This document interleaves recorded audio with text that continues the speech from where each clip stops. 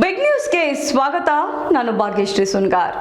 ಬಳ್ಳಾರಿ ಜಿಲ್ಲೆ ವಿಭಜಿಸಿ ವಿಜಯನಗರ ಜಿಲ್ಲೆ ಮಾಡಲು ಹೊರಟಿರುವ ಯಡಿಯೂರಪ್ಪ ಸರ್ಕಾರಕ್ಕೆ ಬೆಳಗಾವಿ ಜಿಲ್ಲೆ ವಿಭಜನೆ ಕಾಣಿಸ್ತಿಲ್ವಾ ಎಂಬ ಪ್ರಶ್ನೆಗೆ ಬೆಳಗಾವಿಯಲ್ಲಿ ಪ್ರತಿಕ್ರಿಯೆ ನೀಡಿರುವ ಬೃಹತ್ ಕೈಗಾರಿಕಾ ಸಚಿವ ಜಗದೀಶ್ ಶೆಟ್ಟರ್, ಬೆಳಗಾವಿ ಜಿಲ್ಲೆ ವಿಭಜಿಸಿ ಚಿಕ್ಕೋಡಿ ಮತ್ತು ಗೋಕಾಕನ್ನ ಜಿಲ್ಲೆಯನ್ನಾಗಿಸಬೇಕೆಂಬ ಬೇಡಿಕೆ ಬಹಳ ದಿನಗಳಿಂದಲೂ ಇದೆ.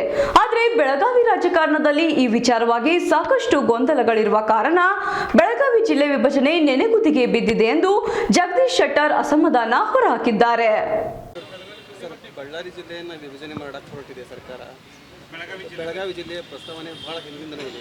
ವಿಭಜನೆ ಮಾಡಬೇಕು, 4 ಜಿಲ್ಲೆ ಮಾಡಬೇಕು ಅಂತ ನೋಡಿ. 14 ಜಿಲ್ಲೆ ತಾಲೂಕುಗಳಿದ್ದಾವೆ, ಅಲ್ಲಿ ಕೇವಲ 14 ತಾಲೂಕುಗಳಿದ್ದಾವೆ, ಅಲ್ಲಿ ಕೇವಲ 11 ತಾಲೂಕುಗಳಿದ್ದಾವೆ.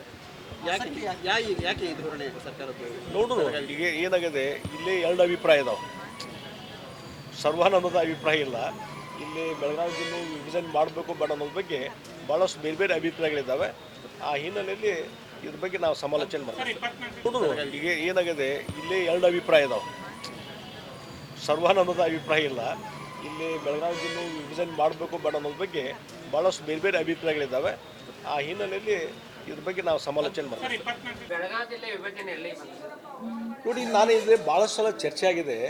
ಏನಾಗಿದೆ, ಇಲ್ಲಿ ವಿಭಜನೆ ಮಾಡಬೇಕು ಬೇಡ ಅನ್ನೋಂಥದ್ದು 2 ಅಭಿಪ್ರಾಯ ಇರೋದ್ರಿಂದ ಬಹುಶಃ ಅದು ನೆನಗುದು ಬಿದ್ದಿದೆ.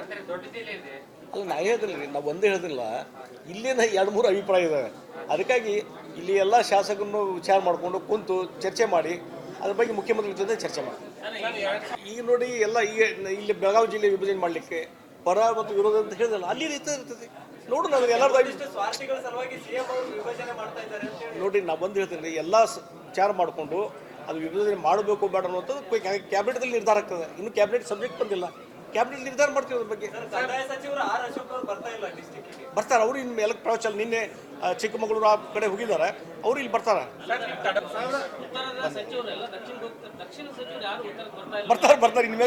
ಇನ್ಮೇಲೆ ಕರ್ಕೊಂಡ್ಬರ್ತೀವಿ.